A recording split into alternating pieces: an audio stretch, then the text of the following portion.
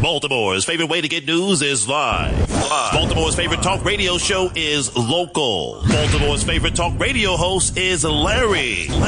So get the latest news and more live and local with Larry on the Larry Young Morning Show every weekday morning from 6 to 10 on WOLB 1010 AM.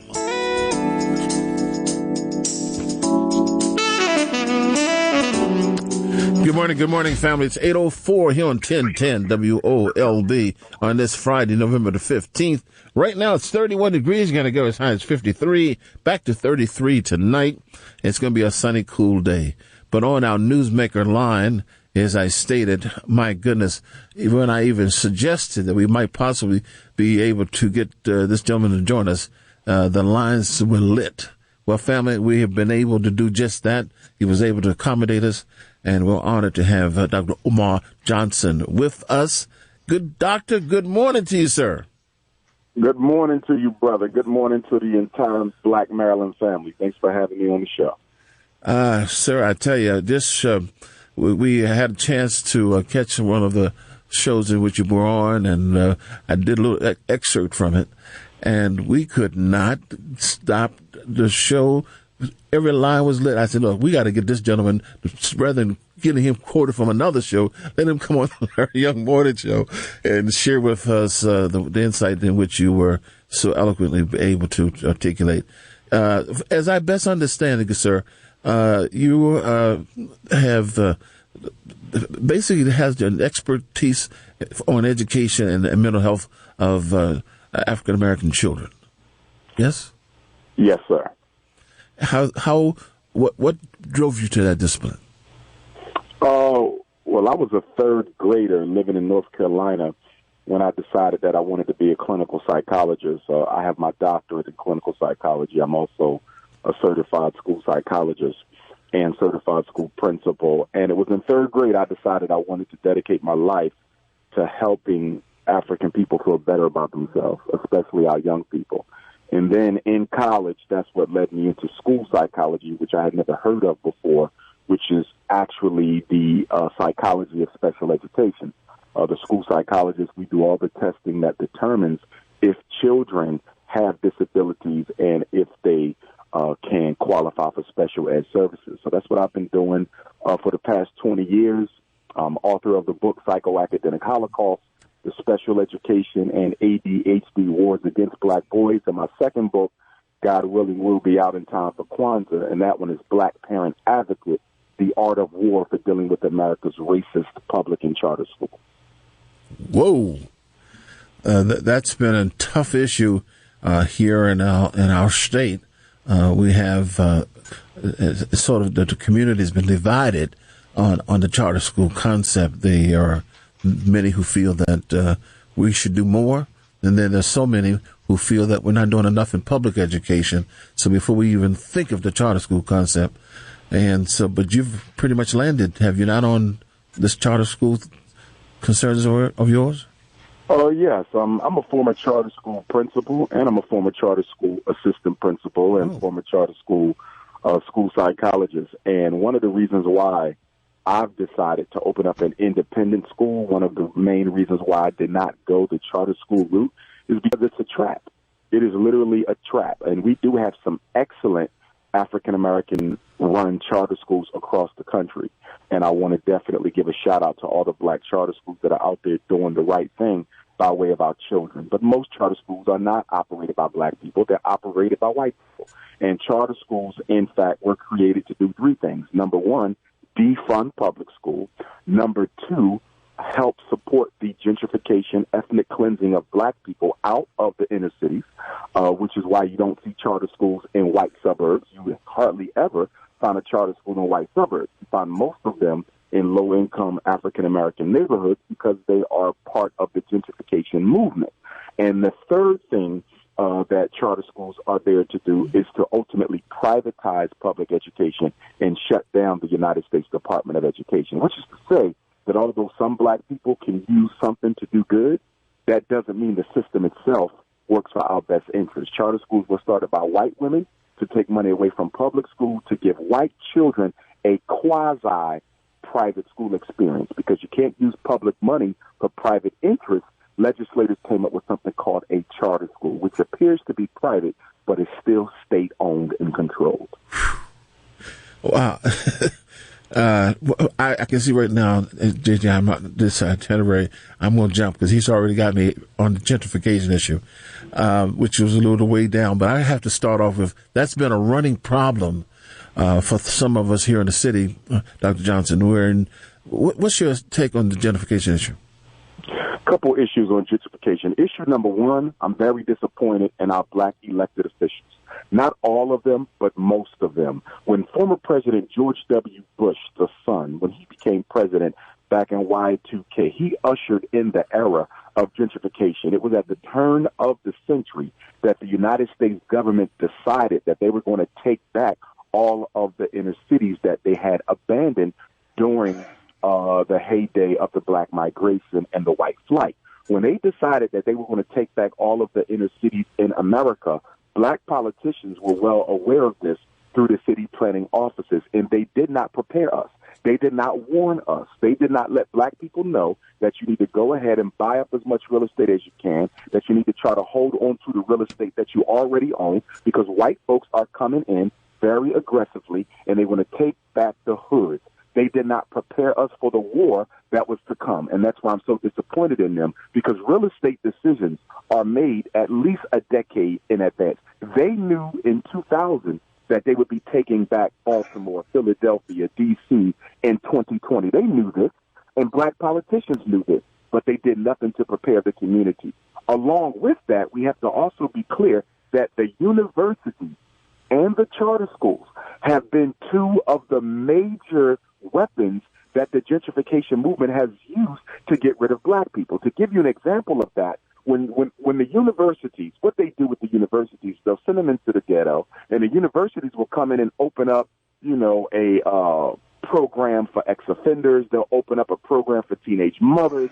They'll open up a program for the homeless. They'll open up a program for those who still need to get their GED. So they have all of these poverty programs that they're pimping in the black community. And while they're opening up these poverty programs, they're literally buying up the real estate in order to front these programs. Now, the real reason that they're buying up the real estate is not to operate these little poverty programs. The poverty program is just a front.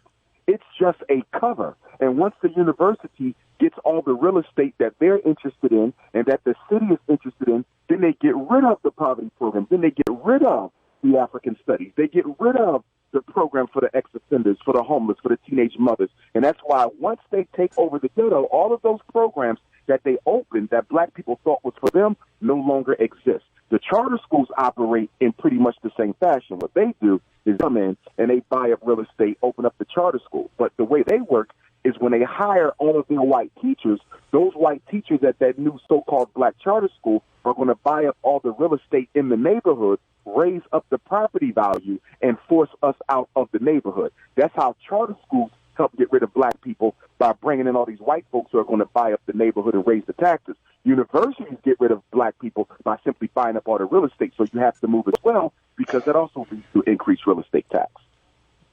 Whoa. Right here in the city of Baltimore, as you were sharing your thoughts with us, I'm picturing we have a battle going on between the West Baltimore Barnstable Hospital Life Bridge and University of Maryland Baltimore campus. And what has happened over the last 10 years, each are beginning to look at the inner city in between, buying up land on top of land on top of land. And then to have you just say what you just said, I'm watching it happen right in front of we're seeing it happen right in front of our eyes, and very few people are saying anything, sir. Damn. And one of the reasons they don't say anything is most people don't feel comfortable opposing educational initiatives. And that's why using educational institutions, universities, and charter schools is so very effective in the black community. Because after all, who doesn't want a program for the homeless? Who doesn't want a program for the ex-offenders? Who doesn't want a program for the single mothers? Who doesn't want a program that's going to mentor black boys? So most people look at these programs and they take them on face value. And they say, well, what's wrong with having this? We need these resources in the community. And nobody's educating them to let them know that these resources are only fronting a deeper operation of ethnic cleansing. And as soon as they cleanse us out of the neighborhood, they're going to shut these programs down. So don't be distracted by the program that you see. That program is only a distraction from what's really going on. Same thing with the charter schools. To let our parents know, we understand that charter schools in Baltimore may not be the best thing, that we need, but the public schools may not be in the best shape that we need, and they definitely, need an overhaul. But we got to recognize that the charter schools are coming in. They're not a solution. Once again, they're just a front for the gentrification. White folks open up a charter school. They get a couple black folks to front the charter school. 90% of all the teachers are white. They move into your neighborhood. They buy it up. And once again, black parents don't see anything wrong with a white teacher living next door. What's wrong with my son's teacher living next door? I never had an opportunity to live next door to my teacher. So they're not looking at the racism. They're not looking at the structural injustice that's taking place. They're looking at the face value in terms of what the charter school is bringing to black children, but they don't recognize that this charter school is just a front operation for the ethnic cleansing program. Family, we're talking with Dr. Johnson. He's been featured on News One Now, the Tom Joyner Morning Show, the Beth Smith Show. And when we come back after this, pay a bill too, we're going to talk to him about the fact with the Breakfast Club, he's appeared as a special guest life coach. I've always wanted to get a greater understanding what a life coach is about. And so we're going to find out about that. In particular, as a child therapist, he works with depressed and behavioral challenged males. That's one of the many conversations we will have with him. And yes, we will be happy to let you come in and put your opinions and respond to questions of the doc right after we take care of this bill. It's 8:15 here on 1010 WOLB. Good morning. 17 after the hour of 8 here on 1010 WOLB.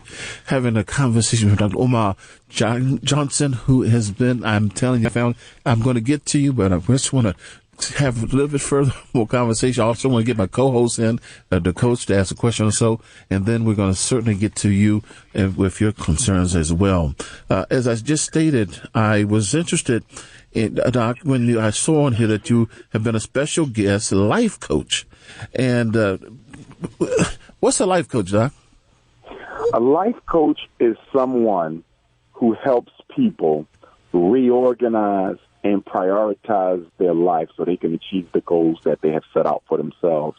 Now, I'm more of a enhanced or advanced life coach because I'm formally trained as a psychotherapist. My doctorate is in clinical psychology, but because I did not pursue my license, when I do work with people, I have to do it under the banner of life coaching as opposed to psychological services because I don't have my license. So as opposed to a traditional life coach, you may have some counseling experience or they may have received some schooling in the area of counseling or social work. I have a full doctoral level education that comes with me doing life coaching. So once I get my license, if I decide to get my license, instead of calling it life coaching, I'll just call it psychological services, psychotherapy. But until then, I have to refer to it as life coaching. But the difference between the life coach and the psychologist is that the psychologist actually deals with emotional and mental issues with a intent of helping the client manage those emotions and conflicts and mental disorders and remedy them, whereas a life coach does not really help a person work through bipolar, borderline, depression, schizophrenia, anxiety disorders. They can coach to some degree when it relates to those problems, but that's really the prerogative of the psychologist, not the life coach. Yes, sir.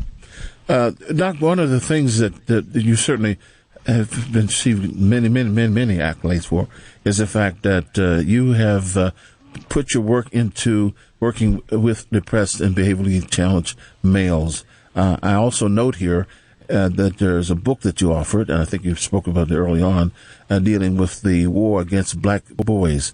Can you share with us about the book? Absolutely. Well, when we talk about the war against black boys, or what I refer to as the psychoacademicholocaust, the special education and ADHD war, those two things, special education and ADHD, are, without question, the two greatest weapons used by the miseducation machine to destroy black boys.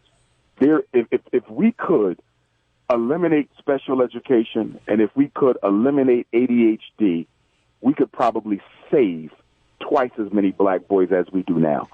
And the conduit for this war against our sons is the black parent, the uneducated black parent. And when I say uneducated, I'm not talking about formal education in terms of high school diploma. I'm talking about politically educated and educated in terms of what their rights are, legally educated and politically educated. Most black parents, when they are asked by white people to get their children evaluated for special education or ADHD, most black parents go along with the program. And my message to black parents is you cannot afford to go along with the program because the public school, the charter school, the private school, the parochial school is not your friend. Public education in the 21st century is an extension of the mass incarceration industry. The public school's job is to prepare black boys for prison and black girls for poverty. So stop serving your son up on the slave auction block of the learning disability or the slave auction block of the emotional disturbance or the slave auction block of an ADHD or conduct disorder. And the reason I refer to it as a slave auction block is because just like in slavery, they sold us to make money. And when they put your child in special education, they make money. When they prescribe psychiatric medicine for your child, they make money. So when you're talking about the problems that affect black people, we have to look at the racism, but we also have to look at the capitalism. Because whenever they are harming black people, they're also making money off of black people. And while they're making money off of black people, they're also harming black people. We need black parents to stop looking at special education as a solution. Special education is not a solution. Psychiatric medication is not a solution.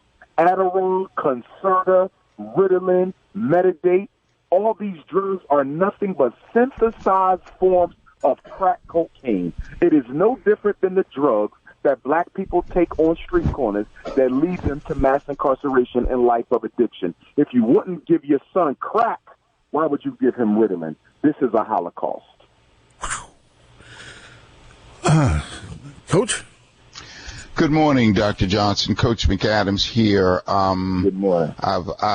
We've played a lot of your seminars and speeches on the airways. I had a chance to hear you live several years ago with the Power Talk that Brother Carl Nelson put on in D.C. And I agree with a lot of things you said, but I want to change direction and go to a part of your talk when you talked about economics and blacks. And I've been on this a long time, and I concur. You mentioned the power of the dollar that we have that doesn't circulate well. If we were a nation, where we would be ranked. And then one thing you said about the black church, not just investing in black banks, but starting their own banks. So talk about the economics of black folks. And as Larry would use a phrase, and I concur, we're beggars sometimes sitting on a pot of gold. Absolutely. Let me first say this to let your listening audience know, because it's been a while since I've been on WOLB, and I wanted folks to know that we successfully purchased 2 schools in Wilmington, Delaware this past February. We own them outright with the monies that have been raised over the past 5 years, and we want brothers and sisters to know that we're now raising money to renovate the buildings. They're 2 very beautiful buildings in the heart of Wilmington, Delaware. We have 4 buildings total. It's actually a mini campus. And so now we're raising money to restore and renovate those buildings. They don't need a lot of work, but the work is going to cost us nearly $1 million to do all 4 buildings. $250,000, we could probably do the small school building, the Marcus Garvey building, with the Frederick Douglass building, which is going to cost much more. So folks who are interested can send their donations payable to the FDMG Academy to P.O. Box 9634, Wilmington, Delaware. Again, that's the FDMG Academy, P.O. Box 9634, Wilmington, Delaware, 19809. They can also donate on the Cash App at cash.me/ $FDMG school. Again, the arm to donate on the Cash App is $FDMG school. And I want to say a special thank you to Maryland, because Maryland was one of our leading donation states. We received more donations from the state of Maryland than we did many other states around the country. And the beauty is we will be able to educate black boys from Maryland because, as you know, Wilmington is only up the road, and we do plan to have at least one bus come in daily from Maryland to educate black boys. Fantastic. So we'll be educating boys from Maryland, Pennsylvania, New Jersey, and Delaware. Now, when we talk about this issue of black economics, there's 3 points that automatically come to mind. Number one, you cannot change black economic behavior or black spending habits until you change black people's priorities, values, and attitudes towards one another. I want to say that again. If you don't change the values, priorities, and attitudes that black people have towards one another, you will never change our spending habits, because our spending is a function of priorities, values, and attitudes. You look at what black people did with Popeye's chicken, making them millions and millions of dollars without any type of kickback, without any type of contract with them. We just gave a white corporation over $40 million in a matter of days. That is a function of values, that is a function of priorities, and that is a function of attitude. So you have to change the way we think before you can change the way that we spend. That's number one. Number two, the African-American spender, as research has shown us, is totally different from all other consumers in America. Black people, more than anyone else in this country, more than whites, Arabs, East Indians, Latinos, Anglo-Saxons, Italians, European Jews, more than any other consumer in this country, the black person buys things not primarily because they need them. We do not buy primarily because we need. Most people buy because they need. Black people don't buy because they need. Black people buy because it makes them feel better and it makes them look better. That's why black people shop. So when we talk about psychologically transforming black economic behavior, we have to look at how black people's spending is a function of their post-traumatic stress, their post-traumatic slavery, their Willie Lynch, and their self-hate. Because black people use their money as a form of therapy. We shop for therapy because in shopping and buying expensive things, it makes us feel better and it makes us feel more valuable. Number three, one of the reasons why the black community is so disorganized is because we do not systematically, economically empower one another or offer opportunities to one another. And by the way, we're the only community that does not have a system in place to employ its own and to economically empower its own with grants and financial opportunities. That's why it's so easy for black people to disrespect and betray the black community, because we don't do anything for each other. It's easy to turn your back on a community that cannot feed you, cannot clothe you, cannot employ you. So our politics is a function of our economics. But here is the kicker, though. Here is the kicker. The kicker is that slavery destroyed black people's desire to exercise control over their destiny. The reason people are responsible with their money is because they're planning for the future. Black people don't have any collective plans for the future. So why do I need to save my money? Why can't I waste it on this Mercedes? Why can't I waste it on this Gucci bag? Why can't I waste it on these Air Jordans? Why can't I waste it on Christmas? And by the way, gentlemen, we're only a few weeks away from Black Friday, which I call White Friday, because the money all goes to white people. So it's not Black Friday, it's White Friday, and we're only about 2 weeks away from White Friday. And in the state of Maryland, black people in the state of Maryland spend more than $1 billion on Christmas gifts. Let's look at that. Black Maryland will spend more than $1 billion on Christmas gifts. Hardly no independent schools, no bank, no hospital, no supermarket. If you want to change economics, You have to change the way black people think. And you can't change the way black people think until you give our children an independent, African-centered education. It all starts with education and economics. Just pause, pay a bill, come right back with Dr. Johnson, who's rolling, and the lines are holding. We're going to get to you the opportunity as well, family. Right now, it's 8:30 on 1010 WOLB. Larry Young News. Good morning, family. It's 8:33, 1010 WOLB. Having a conversation with Dr. Umar Johnson, who's been just simply say that he has certainly lived up to the reputation based on the calls. And those of you who are not patient enough, we just ask you to stay with us. We're going to spend just about another hour or so with the doc, and we certainly want to get to your calls. And my appreciation, if you just hold tight, we'll get to you as quickly as we possibly can. But Coach, I didn't know if you wanted to follow up with the doc before I move to the to listeners. I got one more. We can go to the calls, but you've diagnosed the disease and the illness. Now, how do we change things around? You know, how do we? And I've said this, Dr. Johnson. You may agree or disagree, but I'll stand by it. That as African Americans, we depend more on government than any ethnicity. You know, we worry about who's the president. We worry about who's this, who's that. And I'm not saying don't participate, because I vote. But my thought process is, if we come together and empower ourselves economically, then A, we can control more who gets in office, but B, we're okay regardless. Absolutely. In fact, Dr. W.E.B. Du Bois once said that if black people would spend half their energy building for themselves that they spend on trying to fight the government, we'd probably be free already. Oh, boy. Here's the thing. I've said the that. reason why voting and praying gets so much attention in black America is because it doesn't require any sacrifice.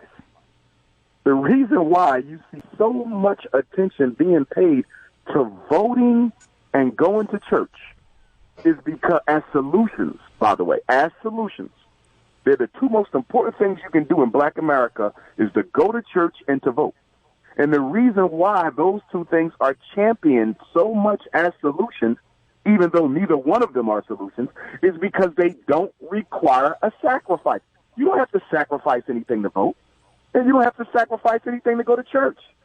And because of that, it shows you how we as black people are constantly looking for an easy way out of our situation. Let us be clear. Black folks don't want to sacrifice. Black folks don't want to spend their money for their liberation. They don't want to sacrifice for their liberation. They don't want to sacrifice any time for their liberation. So whatever is to be done for us with the current mindset that we have, it must be a solution that does not require of me to give money on a regular basis. It cannot require of me to sacrifice my time. And it definitely better not require of me to have to challenge and take on the white power structure, because I'm not interested in doing that at all. And the only things that you can do to bring about change, even though you're not going to get any change from it, that doesn't require money, time, or you having to reorient your relationship with white folks, and that is praying and voting. You're absolutely right. We are overly dependent on the white power structure because we don't want the responsibility of what? Protecting and procuring our future ourselves. Slavery killed it. Every cultural group in America comes to America to do what? Build an economic dynasty for their posterity. They are building for their children's children. Everybody does it. Soon they get off the boat. Soon they get off the plane. They're opening up businesses. They're opening up a school. They open up a community center because they understand that culture and community is everything. Culture and community is everything. Everybody does that except black people. We are the only people who are not interested in any type of cultural continuity or any type of community cohesion. That is based on self-hate, but it's also based on our love of white folks. And where are we taught to love white folks? Two places black kids are taught to love white people. One in public school and two in the black church. The white public school and the black church has done more to condition black children into loving white folks as opposed to loving black people. So if we want to change that, number one, we have to have our own schools. You do not fix this problem as long as black children spend the first 18 years of their life being instructed by white folks, because that creates intellectual dependence and that creates emotional dependence. Many black children are spending more time with white women than they are spending with their own black mothers, who are forced to work 2 and 3 jobs in order to keep the lights on. So if we don't put black children through a black pedagogical academic experience, then all we're doing is giving our minds to the oppressor so they can make baby coons out of black children. The average black child in America right now is a coon in training. He's going to grow up and be loyal to white folks, and he's going to become an enemy to black people, which is what 75% of the black bourgeoisie have done. It all begins with education. You can't transform the mind unless you have your own schools. All right, so, Coach, that's it? Yeah, well, I have other questions, but I don't want to keep the people waiting. Let me get to the first one. Mosi? Good morning, Mosi. Mosi.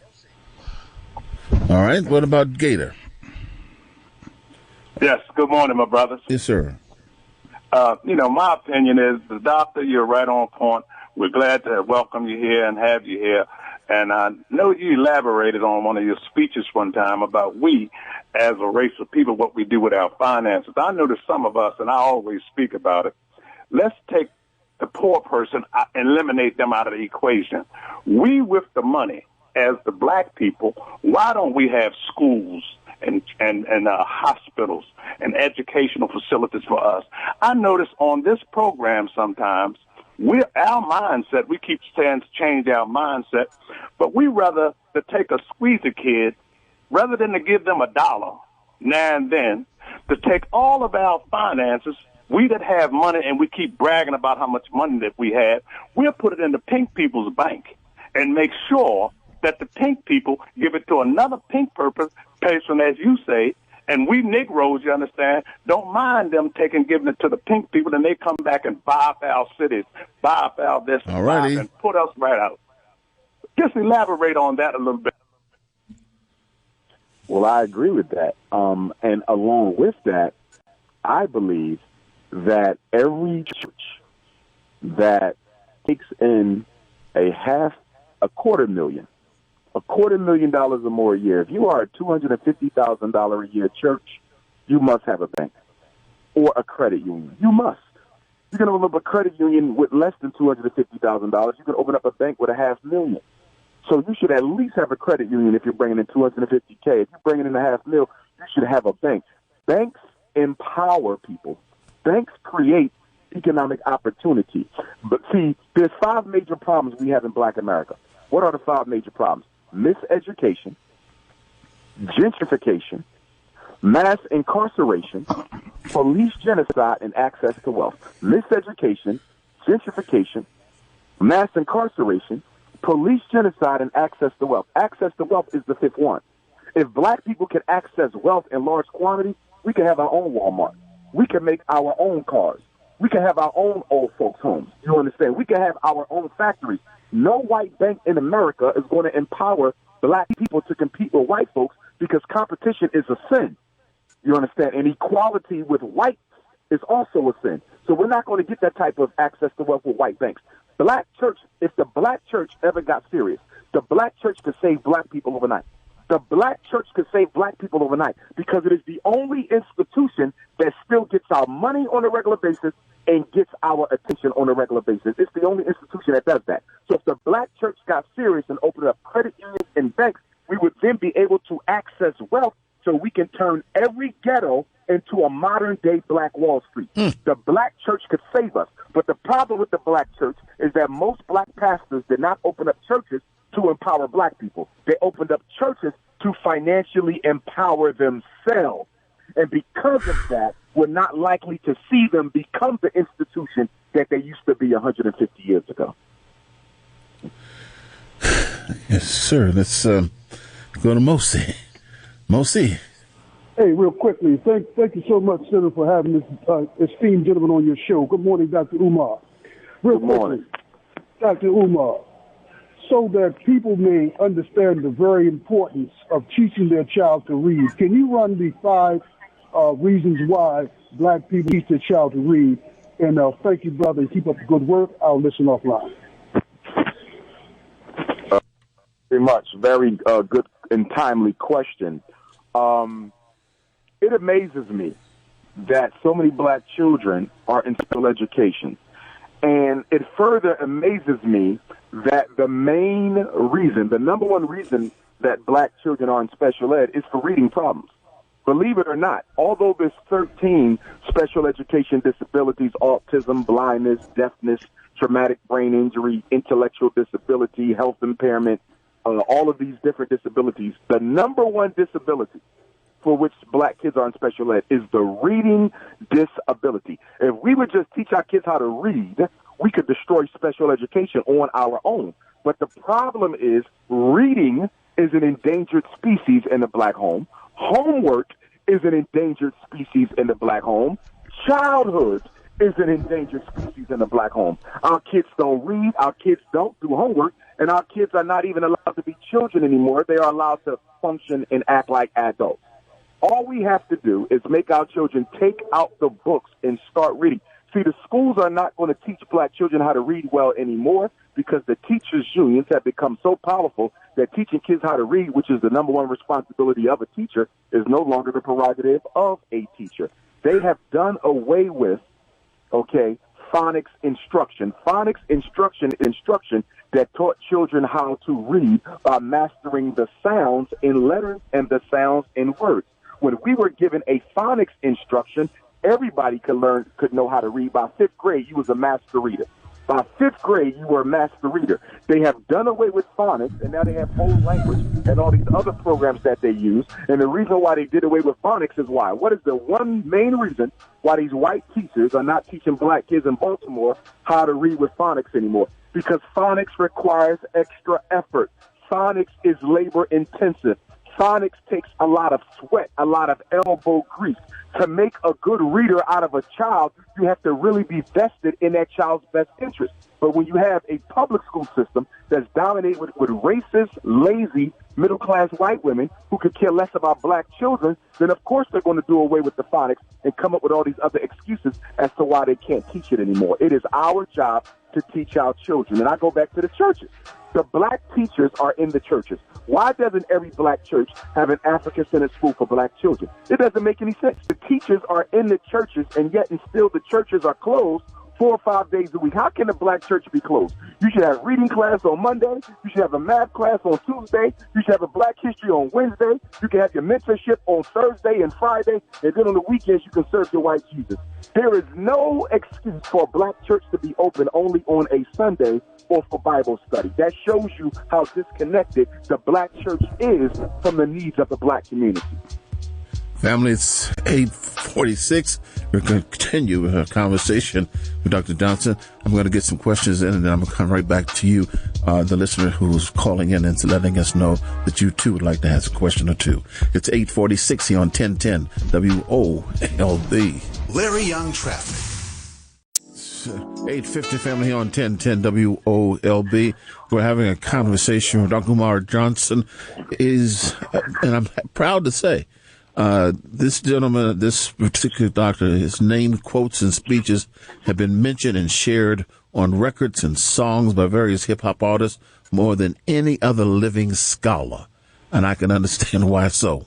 The most requested black scholar in America is with us this morning on the Larry Young Morning Show, for which we are honored. Doc, if you would, I was noticing here, good sir, that you're preparing to begin organizing the National Independent Black Ex-Offender Association. Could you talk to us about that? Yes, sir. Yes, sir. I have come to learn that if we are ever going to get free, particularly as it relates to the power structure, as it relates to police genocide and other things, we're going to need fearless black men and women to do that.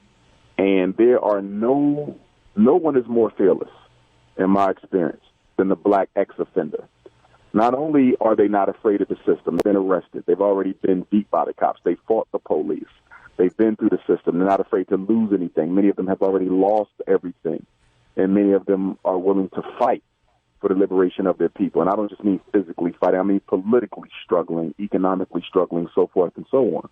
I think that we have to organize those ex-offenders because I believe that is an untapped source of valuable power and organizational strength. In addition to that, I think Black America needs to rethink this narrative that we have pushed since the assassination of Dr. King, and that is a narrative that suggests that if Black people are ever going to get free, it will come by way of leadership that has been offered by educated Black folks. I do not agree with that. I do not believe that educated Black bourgeoisies are the key to Black liberation. The reason I don't believe it is, as Dr. Carter G. Woodson told us, a miseducation of the Negro is that the college-educated Negro is seldom of any use to his race because the education that he gets takes him away from the best interests of his people. And I think that we as Black people have to stop looking to college-educated Negroes to save us. So every Black person has the intelligence to participate and lead this struggle. But we have a dictatorship of college degree in the Black community that says you cannot be a leader of a serious Black movement unless you have been trained by white folks. And that is not acceptable to me because a Negro trained by white folks is going to think like white folks and is going to be loyal to white folks. So I'm much more interested in struggling with brothers and sisters on the grassroots level. I am much more comfortable struggling with ex-offenders than I could ever be struggling with a bunch of college-educated, trained white folks with Black skins. Yes, sir. Let's go to Gene. It's 8:53. Gene? Yeah, good morning, guys. Dr. Umar, I have a question in reference to the artificial intelligence revolution that we are about to embark on throughout the world, colonialism, by any other name, in reference to the open air prison system that's implemented in China, where they use, cameras, eyes in the sky, to imprison people, like in Baltimore, literally without imprisoning them, in prisons. And in my estimation, you're going to need a high school education to get into the prison industrial complex to get a job. And so I was, if you could you speak on, what's going on throughout the world, in reference to the United States and China, and how they're carving up Africa with the artificial intelligence. Well, for starters, I think that Black people need to grow in their understanding of international relations. I think our lack of sophistication in the area of international politics and international relations has not served us well. And what I mean by that specifically is we need to connect our condition in America with the condition of the mother continent and with the condition of Africans around the world. Irrespective of whether or not you are a Pan-African nationalist or not, doesn't matter. The bottom line is that your status in any country, the way in which you are treated, is a direct reflection of how your ancestral homeland is regarded as well. So as long as Africa is underdeveloped, as long as Africa lacks the political power she needs, as long as Africa is indebted to France, Belgium, the United States, Canada, and Britain, so shall we be as well. See, Black people want it both ways. They want it both ways. They want to be Americans, and they also want to be Africans. And you can't have it both ways, because there's really no such thing as an African American. It doesn't exist. That's something Jesse Jackson made up in 1988 to basically assuage Black people when he ran for president. There's no such thing as an African American, but we want it both ways. We want to be viewed as nothing but an American in America, and then we want to go to Africa and put on a dashiki and a drum, and we want to be viewed as African people. It doesn't go both ways. You are an African, period. There's no American as a part of that. And how you are treated is the same way white folks would treat you if you were living in Africa. See, water does not separate us as a people. And all of us, wherever we are, whether in North America, South America, the Caribbean, Australia, Canada, we are all treated the same by all white people. Let me say that again. All Black people are treated exactly the same, no matter where you live in the world, by white folks. because we are all African, and because Africa gets disrespected, all black people will get disrespected. So until we begin to help contribute to the regeneration of Africa in the 21st century, we'll never get the respect that we deserve. Even when you look at the reparations movement, which I support, but I have concerns with it. One of the concerns I have with the reparations movement is that it's too divided. You got too many different reparations groups out there. The Caribbean got their own reparations. Black America got their own reparations. The UK got their own reparations. Australia got their own reparations. Central and South America got their own reparations. Africa got its own reparations. But there was only one slavery. So why isn't the reparations movement organized with everyone being on the same page and fighting that fight as a race of people? And the reason we don't have that is because black folks are not interested in international unity. We're interested in getting money from the white man as quickly as we can because we believe that will solve our problems. Let me be clear. I don't care how much money white folks give black folks for slavery. I don't care how much they give you. Nothing will change for black people. Why not? Because the way you think has not changed. Furthermore, you don't have any infrastructure in which you can control or trap your money inside the black community so it can benefit us. That means all that money that you're going to get from reparations is going to go right back to Jews, right back to Chinese, right back to Anglo-Saxons, because we don't have any institutions and we don't have enough banks in order to control that money. So reparations will be a payday for Chinese and white folks. It will not be a payday for black people. Marvin? Yes, how you doing today, Larry? Good morning. All right, look. Dr. Umar said that a black guy that's trained by a white leader is more worth in the community than anybody else. Let me tell you why that will be in effect so much. Because, see, what that black man going to do, he going to come in that community and give you something not new, but something that you already been getting, but just a little bit more to make you think you're getting something. You see what I'm saying? His plan been played out that way because you don't know no different. But one way to get somewhere, to get the black community moving real, real fast, anything you want to do in the black community, if you want to coordinate something, don't tell the black community what you're doing. You see what I'm saying? Do it and bring it, and just introduce it to them and let them use it. Because if you tell them what you're doing, they're all going to go against it. There's definitely some truth to that. And I can attest to that with the Frederick Douglass and Marcus Garvey Academy campaign. There's definitely truth to that.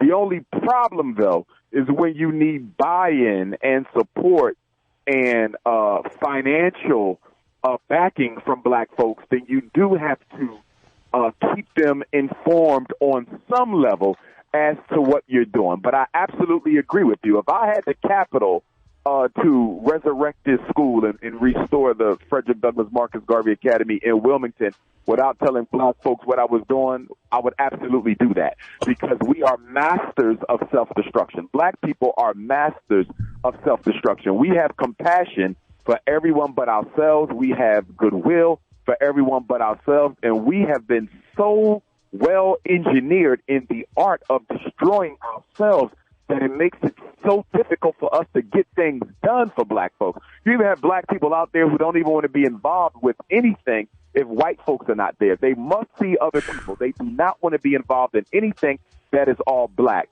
I've had Negroes say that they love other people as much as they love black people. Well, guess what? If you love other people as much as you love your own people, then all you're telling me is that you don't have much love for your own people. It is disrespectful, after all we have been through as a people in this country, for a Negro to say, I love everybody the same.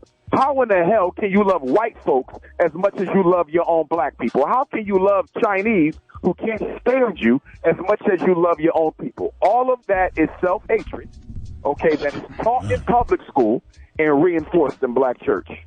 Family, we're going to come back for our last regretful half an hour with Dr. Johnson. I'm going to ask My question, which is going to read this, Yes, he's the founder and the president of the National Independent Black Parent Association, and I want you to hear about that organization. And then, of course, regretfully, we only have 30 more minutes with this wonderful gentleman. All I can ask you to do is just work through this with us, and hopefully within a very short period of time, we can have him return. But right now, let's pay a bill. It's 9:01 here on 1010 WOLB. WOLB Baltimore and WERQ FM HD3 Baltimore. Brought to you by Live Casino and Hotel.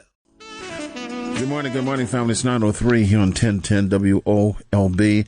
We've had a conversation for the past hour. Now we're going into the last 30 minutes that we have scheduled with Dr. Umar Johnson. I should tell you how honored we are here on the Larry Young Morning Show to have him on board with us.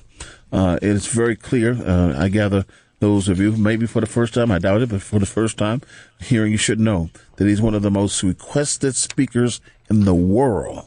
He's lectured in North America, South America, the Caribbean, Europe, and in Africa.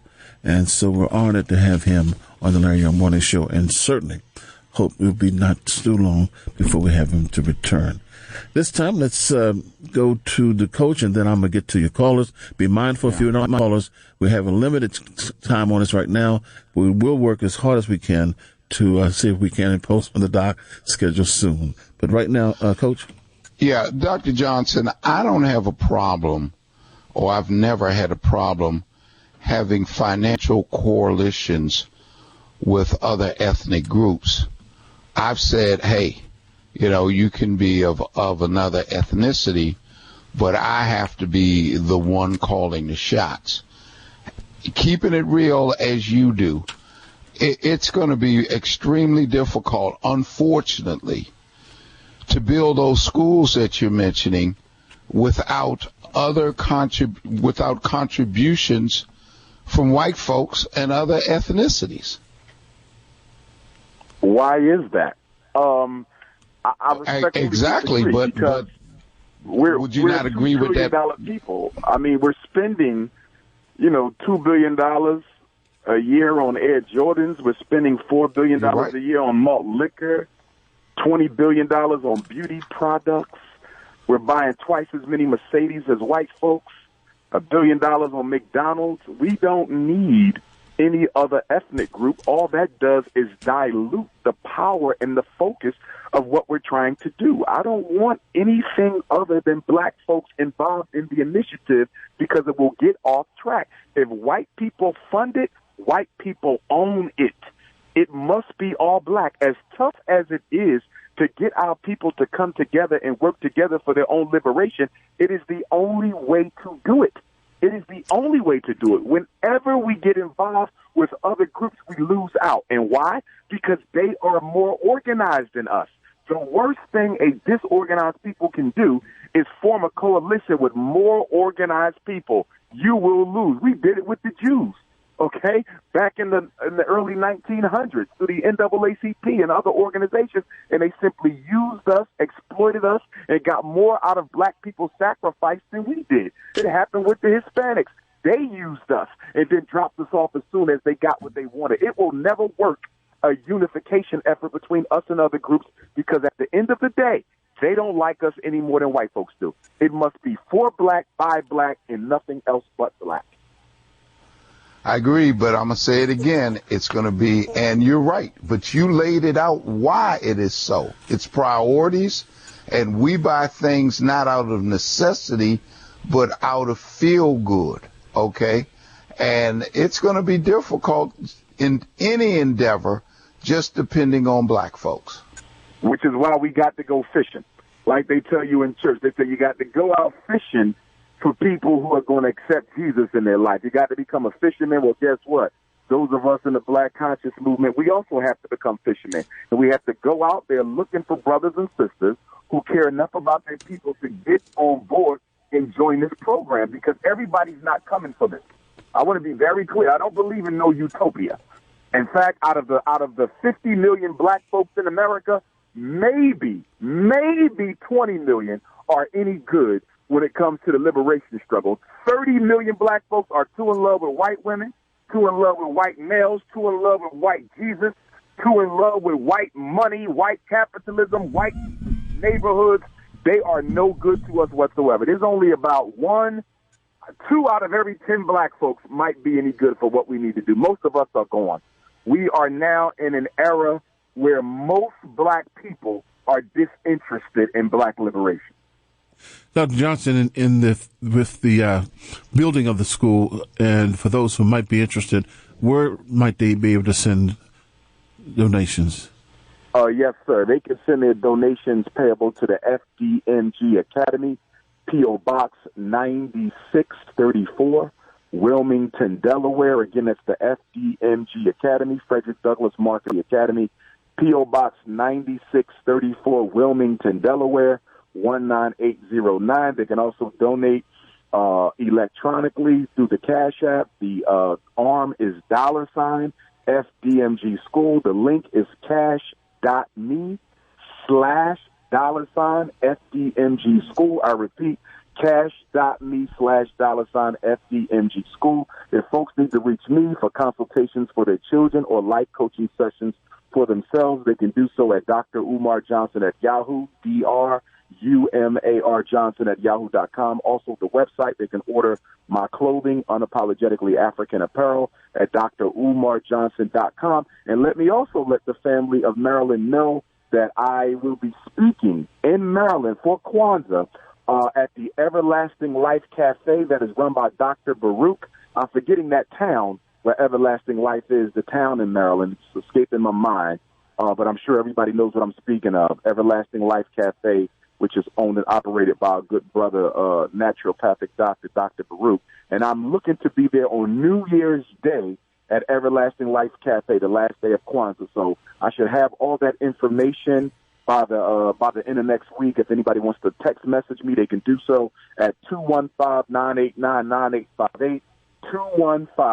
215-989-9858 is my personal cell that they can text me. But I'm looking forward to coming to Maryland. New Year's Day, we're going to start the year off right in Maryland, the state of my ancestors. Everlasting Life Cafe, January 1st. I want to see everybody there. JJ, could we capture that and put it on our website? Absolutely. Already done. You already got. Appreciate you, man. Keep that. I think that's is that in Capitol Heights? Capitol Heights. There you go. Capitol Heights, Maryland. Oh yeah, Everlasting right off Life Central. Cafe. Right off Central Fantastic. Avenue. All right. Well, let's see if we can get a few more callers in within the 20 minutes we have left. Sure. And start with Mark. Mark. Hey, good morning, everybody. Thank you, Mr. Johnson, for everything you do. I agree. Nobody hates on us like we do. I agree that we need to start supporting our millions of businesses that we own. Andrew Young in 2017 on a TV One show, Roland Martin said that the white man don't have his foot on our neck no more. Black women own $1.5 million businesses, $4.2 billion in assets, and they were having a forum, a financial forum, and the guy that was with him said that the people that have the most problems with money, like you said, are millennials and for spending, the way they spend on cell phones and stuff like that, and the poor red state whites. Malcolm X, right, Mark. when he came, Get your question thought in quickly, sir. I only got every line lit. I'm wrapping up with this, Larry. Malcolm X said when he came back from Mecca, when he was getting ready to do his own thing, he said, white people can join us, but there can be no black-white unity to their first black unity. So we need that yesterday. Very well. Dr. Elaine? Good morning.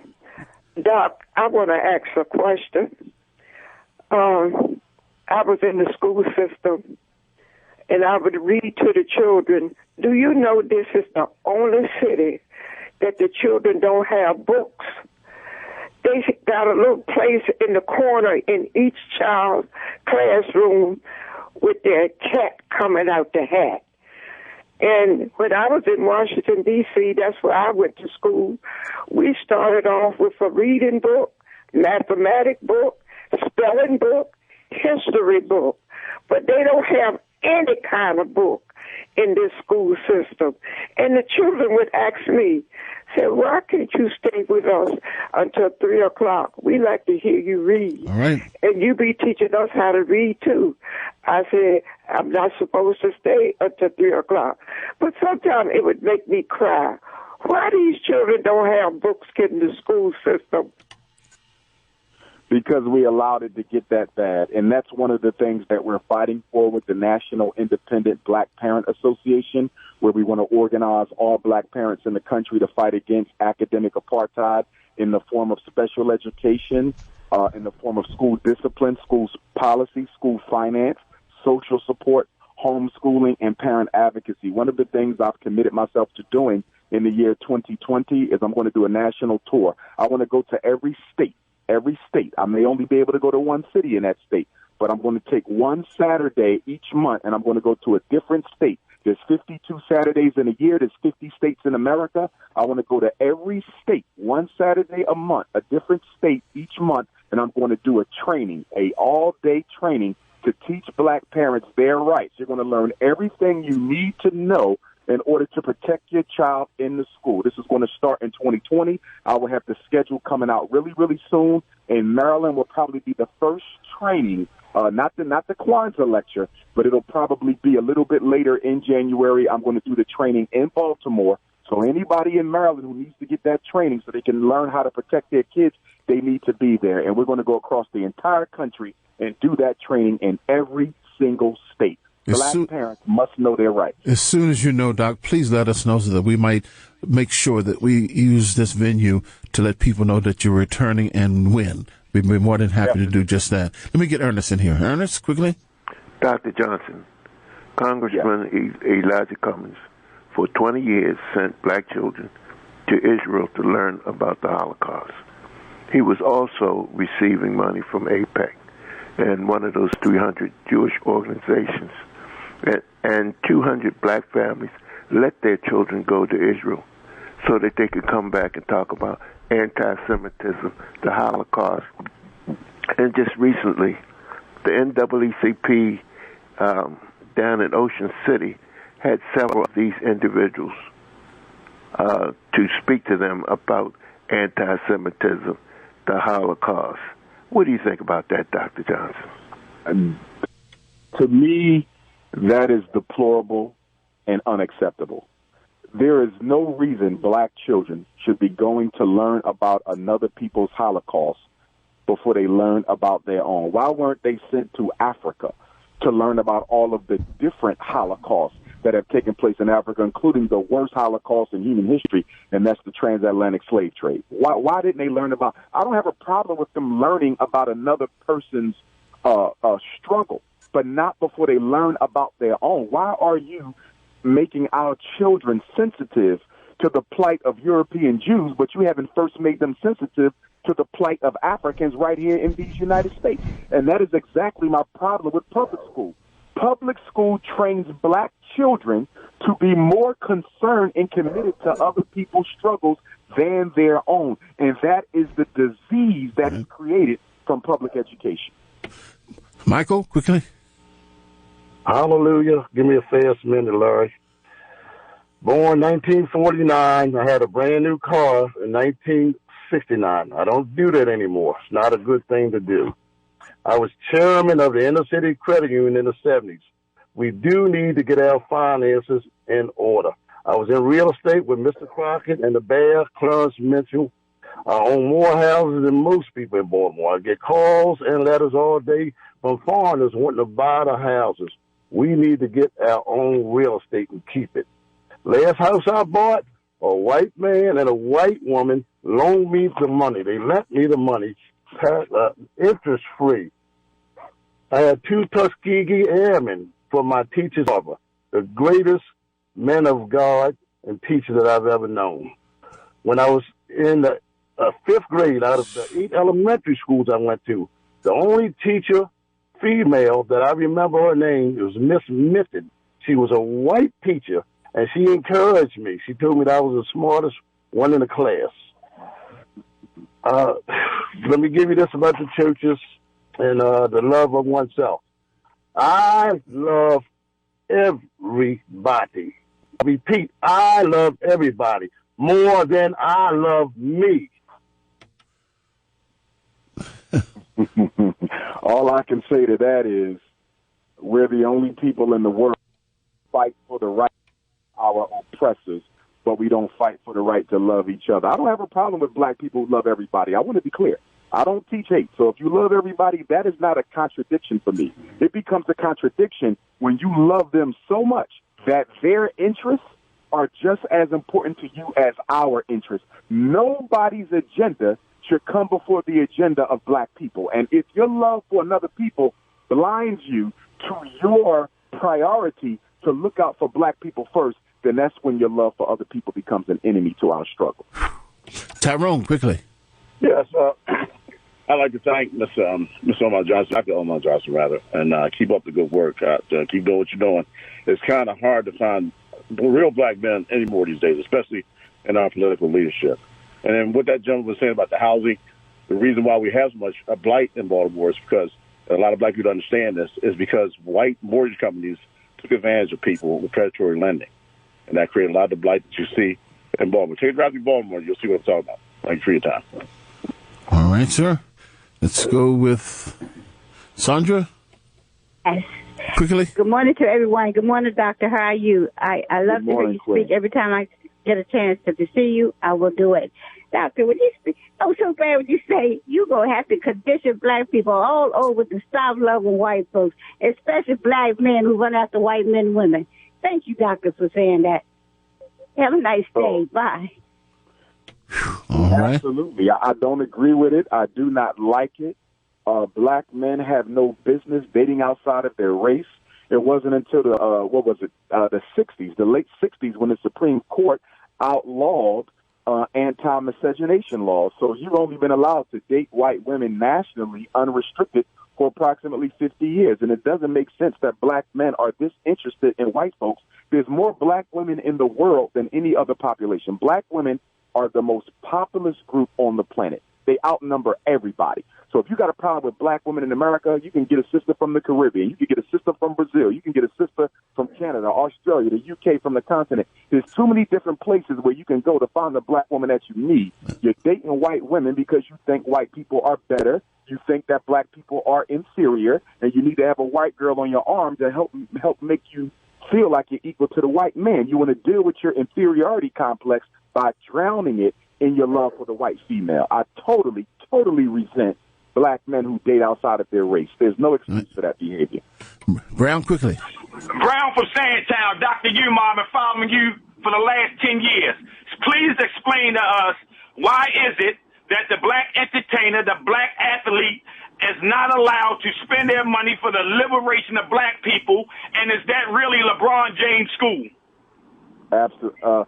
No, there is a LeBron James school, but LeBron James does not own the school. The LeBron James school is a Akron public school. He does not own it. He did not finance it. He does not make the decisions. He did not create the curriculum. Did not hire the teachers. Most of the teachers at the LeBron James school are white women. Let me say that again. Most of the teachers at the LeBron James school are white women. They are not black women. They are not black men, because he does not own that school. And that's not a slight on LeBron James, because I actually appreciate what he did do for the school, and that is that he agreed to pay for college for all of the students that finish the school and for their parents. I appreciate him for doing that, although I would have much more appreciated it if he would have said there would be a $50,000 business loan waiting for them when they graduate, or that he would give the parents a $100,000 business loan after their child finished the school, because college is not automatically providing black people with any opportunity. And I'm getting tired of black entertainers and athletes paying for black kids to go to college, because what that means is you're basically giving white colleges money for black people. That's not helping us. Why are you giving the money to the white college? Put the money in the black person's hand and make them sign a contract where they're obligated to build a business with that money so they don't waste it. The reason why athletes and entertainers are not doing anything for us is because they are owned by the corporations that they work for. They are all scared. They are all paranoid about doing anything that looks black, because they know that white people do not support black people who support black people. Let me say it again. White people do not support black people who support black people. So the reason why our athletes and entertainers turn their backs on us is because it's the only way they can stay in good standing with white folks. I mean, let's look at it. White people buy most NBA tickets. White people buy most NFL tickets. White people buy most Super Bowl tickets. White children buy most rap music is bought by white suburban children. So many of our athletes and entertainers are indebted to white folks for their careers. And as such, they are never going to betray the hand that feeds them, even if it is in the best interest of our liberation. James, quickly. Yeah, hey, Dr. Umar, pleasure talking to you this morning. I see you use the word Negro. I want you to give I want you to break the word down Negro, because a lot of people get offended by that word. And I want you to break the origin down of the word Negro and let people know that word is a word is all right in the black community to use when you're talking about black people. Well, it depends on, this is Coach here. You know, I'm going to step in. As I said before, and this is just one man's opinion, it depends on the context that you're using it in. It can be one of historic, or it can be one of it can be one of historic, or it could be one of disparaging. I want to hear Umar, Mr. Johnson. I want to hear. All right, and you will hear him, but you heard me first. I'm not concerned with what you're saying. I want to hear him. He's the host. I want to hear what he's talking about today.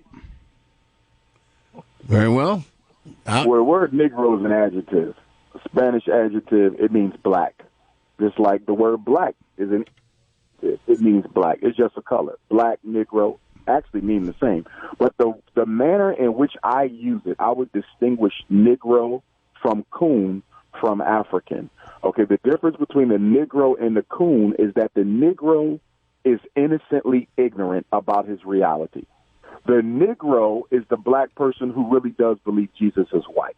The Negro is the black person who does believe white women are more attractive than black women because that's how he was raised.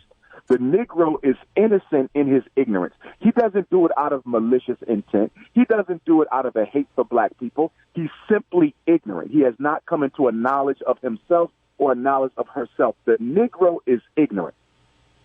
Okay. Once they're brought into a knowledge of themselves, they can become an African. The coon is dangerous.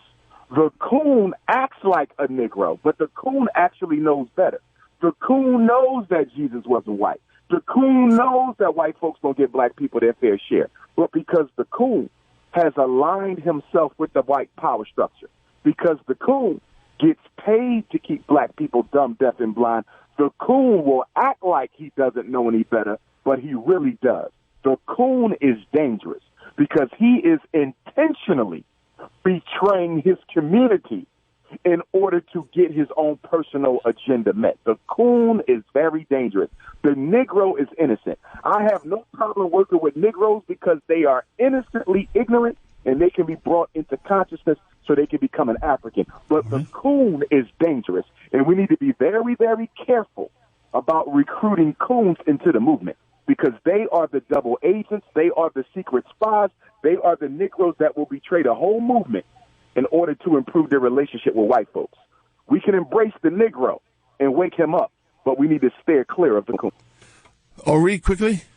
And it will be quick. First, I just want to say thanks to Dr. Umar, and if he gives his number again, I'll certainly be in contact through texting. But one of the things, and perhaps calling if that's possible, one of the things I'm kind of amazed about is how the community just take these verbal lashings from anyone. And I'm listening for some redemptive qualities from the black experience. Also, and we're going to agree to disagree on this point about us born here not being Americans. And we're not talking about full citizenship, but we are talking about by birthright African-American people. And again, I don't have a lot of time to defend that position. I only have 90 seconds. You have 90 minutes and probably come back with something, but we're just going to agree to disagree. And finally, this whole point on economics. And when a person accumulates, say, a couple of pennies or a few dollars, we can't just, without any humility, dictate to them how their money will be spent.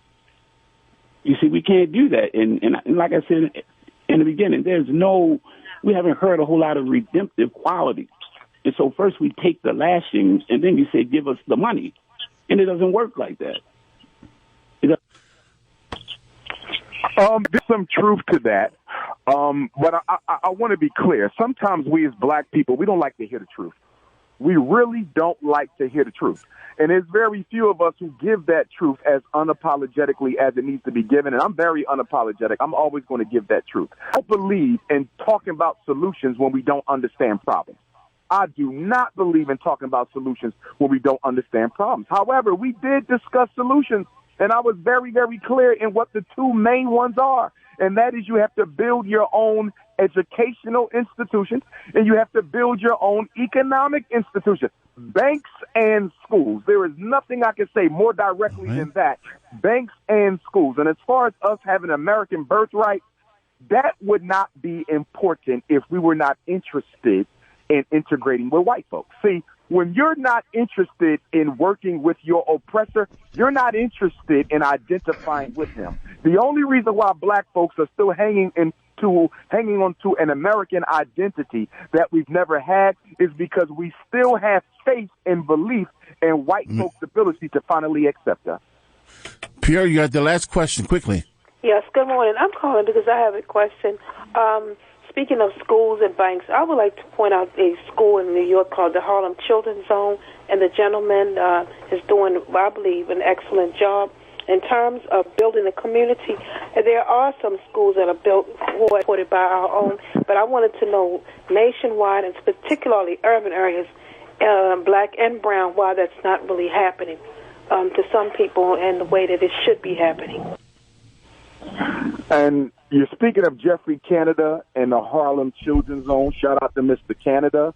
I happen to know a lot of teachers who work in that school and have worked in that school. Let me first point out that is a charter school. It is a charter school. It is not independent. You don't own it. It's owned by the state. And I don't ever consider anything to be progressive that we do not own. We don't need charter schools. We need independent schools. And I'm not going to say anything negative about Mr. Canada, but I know some things about Harlem Children's Zone that you don't know, and I will leave it at that. Well, the clock is at the point we had agreed, sir, that we would only tax you for the 90 minutes. I just want to know that we deeply appreciate the fact that we deeply appreciate that you would care enough to give us the time, and we do hope that our number will be one that you'll recognize, because we do intend to call on you, and your schedule permitting, to have you back. Will do. Thank you, Baba. I enjoyed it, and I'm looking forward to seeing everyone New Year's Day, last day of Kwanzaa, first day of the New Year, Everlasting Life Cafe. DrUmarJohnson.com, 215-989-9858. Peace and black power, Baba. Peace, sir. It's 9:31 here on 1010.